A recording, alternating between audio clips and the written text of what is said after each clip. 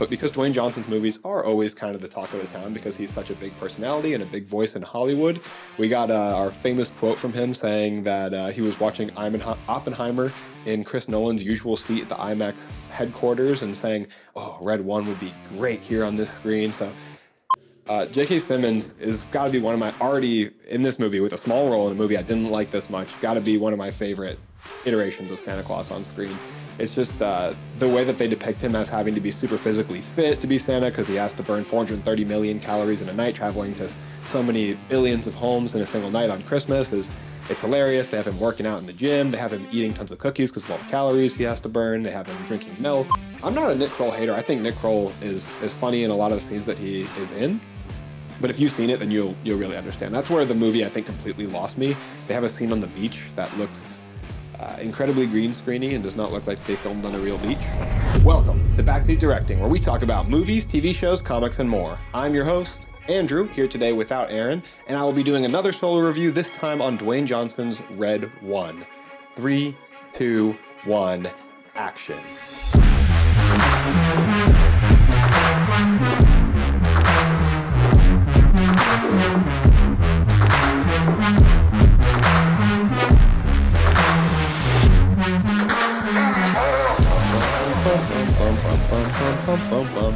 We need like a Christmas remix for our theme song. We talk to our sound guy about that.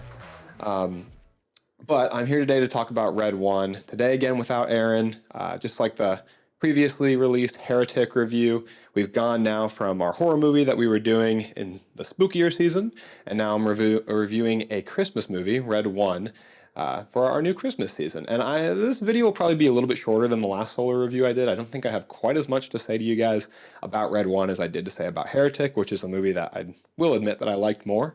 But I do want to talk to you guys about it here. It's one of the big releases of the year. It's a huge, expensive movie. I think it costs something like $250 million. We can double check on IMDb. But it's going to be one of the movies that has a lot of talk going on about it in public because Dwayne Johnson's movies, it is $250 million. But because Dwayne Johnson's movies are always kind of the talk of the town because he's such a big personality and a big voice in Hollywood, we got our famous quote from him saying that he was watching Oppenheimer in Chris Nolan's usual seat at the IMAX headquarters and saying, "Oh, Red One would be great here on this screen." So, you know, it's not directly equating his Red One movie to Oppenheimer, but indirectly it is a little bit, and it's very different. It's very different ballparks that we're dealing with here. It's definitely a blockbuster movie, and if you're just wanting to watch the first couple minutes of this video to get an idea of whether you should go see Red One in theaters or not, here's my super quick description, and I'll get further into it as we go along. But what I would say to you, if you're wondering if you should go see it, is did you like Jumanji, The Next Level? Did you like Jumanji, Welcome to the Jungle, the remakes that were done with Dwayne Johnson, Kevin Hart? Because if you like those movies, and if you like Christmas and Christmas movies, I think you may like this movie as well. And I think that those movies are definitely a lot of fun. You know, I'm not going to argue that they deserve Oscars. I'm not going to argue that they deserve 100% on IMDb and Rotten Tomatoes or 10.0. But they are fun movies. Go to the theater and have a good time and laugh and spend a few bucks and, you know, eat some popcorn, enjoy the movies with family or with a loved one. And this movie kind of delivers on that too. I mean, I think it's to a little bit lower quality than the Jumanji movies were. It doesn't have quite the magic that the cast had in the Jumanji movies, because I really think that it's Jack Black's performance in the Jumanji movies is kind of slept on and part of what pulls that ensemble cast together and makes it so funny. This movie is a little bit less funny. We do have Chris Evans in the movie as Jack O'Malley, and he's good. You know, he's here back to give us another classic Chris Evans a-hole performance that he liked to do before he was starring as Captain America for, you know, a decade. But then we also have Lucy Liu in this movie in a surprisingly small role. Feels like it maybe could have been played by someone else because she didn't really get her time to shine. J.K. Simmons is in this movie, and probably my favorite part of the entire movie, but it's kind of undercut by the fact that the point of the whole movie, Red One, is that Santa Claus is missing. So by nature of the movie, he's not in most of it. But the opening act of the movie, which I think is the strongest part, has a lot of Saint Nick in it, or Nick as they call him in the movie. And he is genuinely funny as Santa Claus. I mean, Thanks, Aaron. So J.K. Simmons is got to be one of my, already in this movie with a small role in a movie I didn't like this much, got to be one of my favorite iterations of Santa Claus on screen. It's just the way that they depict him as having to be super physically fit to be Santa, because he has to burn 430 million calories in a night, traveling to so many billions of homes in a single night on Christmas. It's hilarious. They have him working out in the gym. They have him eating tons of cookies because of all the calories he has to burn. They have him drinking milk, which is also, milk has protein and a lot of calories, so he's consuming a lot to keep up with that. It's a funny concept. Seeing him, overhead press like 225 or 315 or whatever it was in the movie is really, really funny. And he also just has this approach of like merriment and optimism that is really good and fitting for a Santa Claus character. Like, he has a lot of hope for humanity, not just for children, but for adults too, and seeing the children inside them. And his beliefs and his philosophy as Santa are kind of like inspiring to the everyman. And it's very cute and nice to see that approach to Santa, because the point of the story, Red One, is at the opening, Callum Drift, played by Dwayne Johnson, is the commander. He's the general for Santa, his head of the Secret Service, if you would, if Santa is the stand-in for the President of the United States. And he is kind of losing his optimism and becoming more cynical and pessimistic towards humanity because of what he sees from the adults. And there's a scene that highlights it in the opening where Santa's just spending some time at a mall having kids sit on his lap, and Callum has to turn away an adult who's being just being wild for the video for a YouTube channel. And he has to put him in his place and put him in check, turn him away. And it kind of shows how the negative interactions with adults is really starting to disappoint Callum. And he has to have somebody more optimistic in Santa's corner, is what he's trying to say. Why he needs to now resign, which is the point of the movie, until Santa gets kidnapped by Kiernan Shipka's character. Kiernan Shipka, also in the movie, plays Gryla, as we'll come to find out later in the film. And she takes Santa, and Callum has to do kind of one last job to save Santa. But of course, by the end of this heartwarming tale, his perspective will turn, and he will, as we all expected, he will return to optimism and decide to stay on with Santa for however many hundreds of more years. But the movie is predictable. It is not the best looking in terms of visuals. Let's talk about who's in this movie after we do kind of our quick spiel here. I do want to thank anybody who clicked on this video. I appreciate you guys for watching. Please make sure to hit that notification bell and the like button. It helps the show grow and find new listeners. If you would go over to any of our other platforms as well, make sure to follow on there. We're on YouTube, TikTok, Instagram, Facebook, X. We are all over the place. So thank you so much again for clicking. But let's look at who's in this movie. This movie is directed by Jake Kasdan, which Jake Kasdan is also the director for the other movies I mentioned that starred Dwayne Johnson. He's the director for Jumanji: Welcome to the Jungle and Jumanji: The Next Level. So that's why this movie has a very similar feel to those, as well as them all being Seven Bucks Productions, which is Dwayne Johnson's production company. The movie's written by Chris Morgan and Hiram Garcia. This movie is 2 hours and 3 minutes long. It's PG-13. And let's look at our cast. I already mentioned quite a few of them. We have Dwayne Johnson playing Callum Drift, J.K. Simmons playing Santa Claus. We have Jack O'Malley, who is played by Chris Evans. Then we have Lucy Liu as Zoe. She's the head of the mythical creatures division or whatever of the government. It's all in good fun. We have Bonnie Hunt as Mrs. Claus, and Christopher Hivju as Krampus, Kiernan Shipka as Gryla. Excuse me. Mary Elizabeth Ellis as Olivia, which you may recognize her from Always Sunny in Philadelphia. Excuse me. Felt that sneeze coming from a long ways away. So Mary Elizabeth Ellis plays the woman in Always Sunny in Philadelphia that Charlie's in love with, and her and Charlie Day are married in real life. So that's always a funny little tidbit to me. Wesley Kimmel plays Dylan, and then there's a appearance by Nick Kroll in this movie as Ted, which the Nick Kroll scene in this movie is by far the worst part of the movie. And I'm not a Nick Kroll hater. I think Nick Kroll is funny in a lot of the scenes that he is in. But if you've seen it, then you'll really understand. That's where the movie, I think, completely lost me. They have a scene on the beach that looks incredibly green screeny and does not look like they filmed on a real beach. It definitely looks like it's on a studio lot. But that aside, that scene also has, I think, the introduction of the Ant-Man technology being used by Callum Drift. Because we see in the trailer and earlier in the movie that he has the ability to shoot this wrist gauntlet that can and large objects. So they use it on Hot Wheels, turn it into a full-size car, and drive around in a Corvette, a truck later in the movie. But he also has the ability to shrink down to this miniature rock size. I like to call him the Pebble. He shrinks down to a rock that's about 2 feet tall, so he can sneak around between enemies' legs, get big again, and then punch them into the ground. And that was really hard to maintain.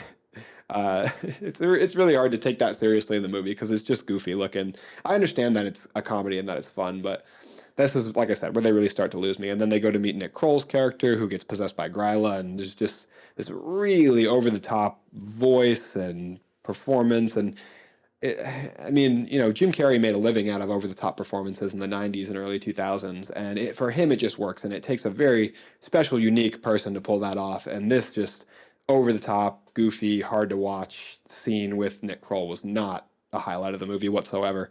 But the movie does have highlights. It does have good parts. I want to talk about some of the positive sides of the movie as well while I'm here. I'm sorry I've been so negative, but here it comes. So, despite the fact that I mentioned the movie does have some not so great CGI, and it's very evident when you watch it that scenes that take place showing the North Pole at large or moving really fast in the night, they're not shot on location. Scenes like the beach, obviously they're not shooting anywhere near the North Pole or in any winter climate, so they're using special effects to generate the snow, and they're using darkness as well as the falling snow to hide these things. I'll promise I'll get to the positive part soon. But it becomes so blurry at those parts that it's hard to see. Despite the fact that this does make up a lot of the movie where it's very noticeably bad CGI, there are moments of practicality that are really refreshing in the movie. And it is reminiscent of kind of when you go to Krampus's mansion later in the movie, this is the main scene that I think of in terms of complementing their practical effects, and you get to see Krampus in his full getup and costume. It does seem like practical makeup and costuming work, and Krampus looks great. I mean, the way his face moves, his body, he looks very believable. It does not look like CGI. Whereas like the Frosty Snowman villain characters and Garcia the polar bear is much more noticeable CGI. Krampus looks fantastic, and I think that's because of the practical nature of the suit. And he's a funny character in the movie. It definitely, going into Krampus's mansion, seeing the practicality, seeing the vivacious nature of the party and how full the room is of life and different characters of different, character designs. It's harkens back to Jumanji: The Next Level when they go to that, that tower or that castle, and it's full of various bad guy looking villains, and they have all kinds of different costumes and eye patches and different things to let you know that they're evil. And it feels like a very similar vein, and I think that part of the movie totally works. We do hit a lot of locations in this movie, which I think is another drawback to the film. It makes a 2 hour and 3 minute movie feel longer. It makes it feel like 2 hours and 30 minutes plus, because we move and travel around the world so much. They use toy shops to teleport to different locations. So they're, in a mall in the beginning, then they're in the North Pole, and then when he meets Chris Evans' character, he's on a college or, some kind of military compound or something, some facility.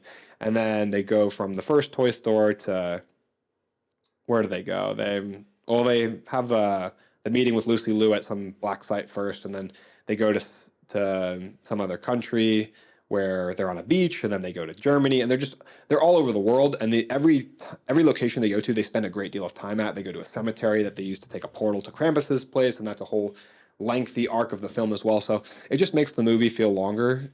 Whereas some of these locations they go to even serve the plot very little.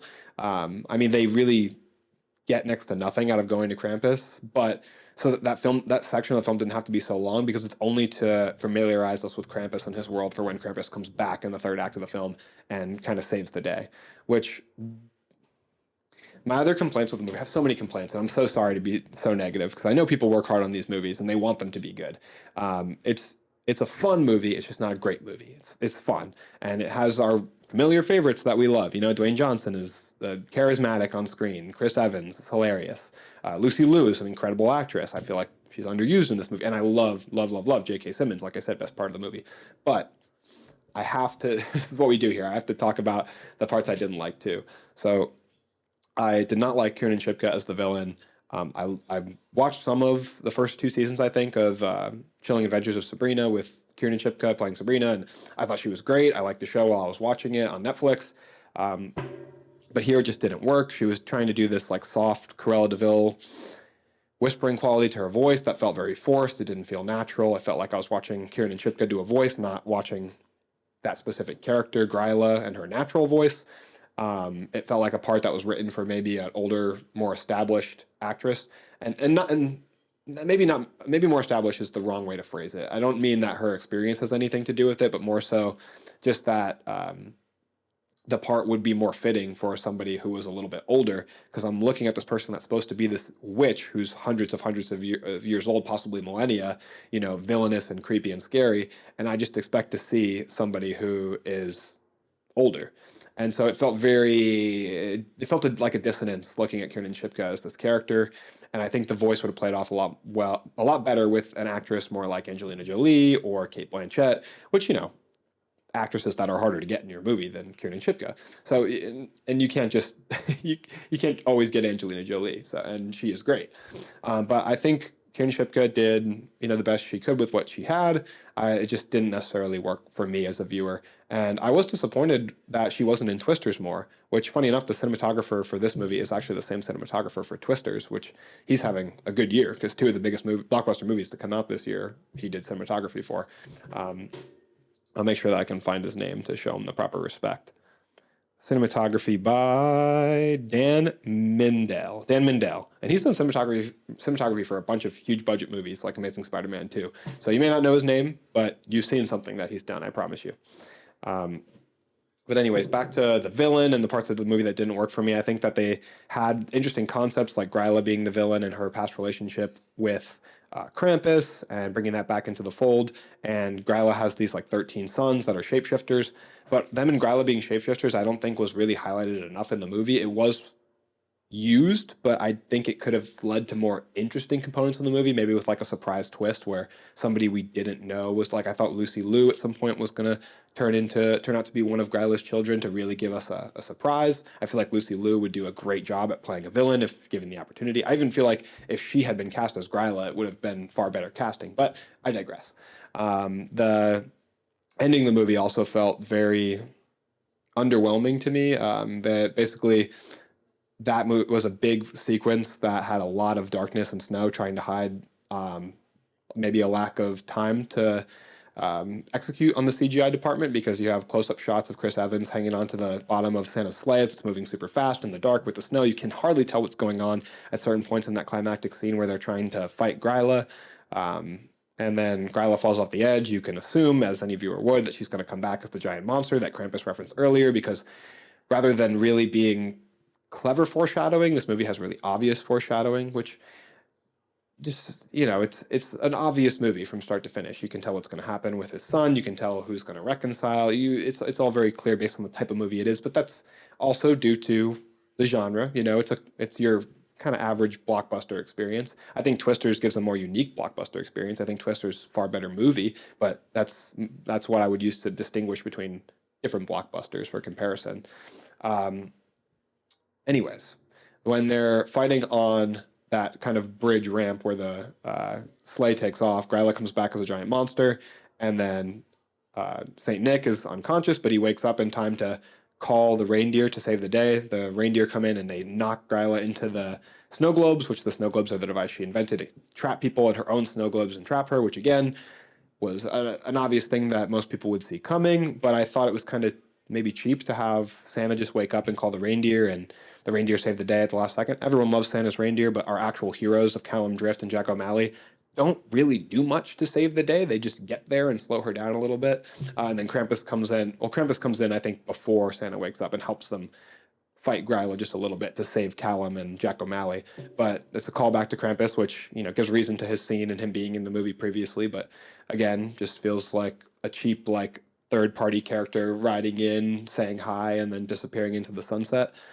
They try to do this like half-assed attempt to fix the relationship between Santa and his adopted brother, Krampus. Everything feels very quick, somewhat unmotivated. But like I said, if you're not looking into this movie too deeply, you just want to eat your popcorn and watch it kind of with like glazed over eyes and just have a good time. I think it's kind of more surface level than even, your average superhero movie experience, maybe more surface level than Deadpool and Wolverine, definitely more surface level. But there's nothing those type of movies I think also have their place and also need to be made. It's not necessarily my favorite kind of movie, certainly, but I think that those movies, we get so much less of them now because the superhero movies basically taken over that genre of the just fun movies, you know? And so anytime those movies come out or action comedies come out, it's usually superhero movies because that's what studios have confidence and audiences watching. So having movies like this come out that can really seem to currently only be funded by the star power of Dwayne Johnson and almost no one else. You know, Glenn Powell's getting there with movies like Twisters, but and then Tom Cruise too, making movies that are fun movies. I think they have their place, and I certainly enjoy sitting down on an afternoon and just having a good time watching them. So I don't want them to die, but I also think that there's a way to make them where they have that high entertainment value, but also maybe better writing and better resonance with the characters from the audience. Like, I just watched The Rundown a couple weeks ago with Dwayne Johnson. I think that's a great, fun movie. I mean, I think it's more fun than Red One, but it also has characters that I enjoy more. You know, I enjoy his character a lot more than his character of Callum Drift in this movie. So if you feel like spending a couple of dollars this holiday and you think that you like that kind of movie that I've described, then I think you should go and check it out. If you'd like to hold out your money to see what I think is going to be a more quality movie, then I would wait until a week from now and go see Gladiator 2 instead, because the reviews for that are absolutely phenomenal. And if The Wild Robot is still in theaters by the time this video is released, I would definitely see that, because that is an extremely high quality movie that we are going to do a review on soon. May come out before or after this. I'm not sure of the timeline yet, but that is a movie I would certainly not miss in theaters because it's a great experience. See it on the biggest screen you can. It's an emotional experience of an animated movie. DreamWorks, DreamWorks has been cooking with their releases. So I really appreciate you guys watching. I think that's everything that I wanted to talk about with the movie Red One. What do you think about Red One? Do you think that they maybe spent a little bit too much money on this movie? Do you think that it was an odd choice to maybe put it out in November instead of waiting closer to December? I think they're hoping that the movie has enough longevity to last into the Christmas season, so they try to start early to get a jump on the box office. But as of this movie being out now, the opening weekend box office, I think on IMDb, was only $83 million, which is not a great haul. You definitely want to see over $100 million on a movie that you spent $250 million on. When it has its opening weekend, you want to see over 100 for sure. Especially between when you're looking at international and domestic together. So I think this movie is definitely going to lose some money, unfortunately. Like I said, because I do want to see just fun movies survive, and even though I'm slamming it a lot, it is, it is the kind of movie that it is. And my Letterboxd review, I think, was only for 2.5 stars because I think the movie is mid. But my Letterboxd review said, this movie is what you think it is. If you go in and you're expecting it to be turn your brain off movie, and you're probably going to enjoy it. If you go in expecting it to be this great action comedy movie, then like Rush Hour, it's not going to be Rush Hour. The action in the movie does fall a little bit flat, like I said, shrinking and growing. Dwayne Johnson just didn't do it for me. I think that your expectations are going to decide a lot for you on this movie. So if that's going to be the name of the game here with Red One.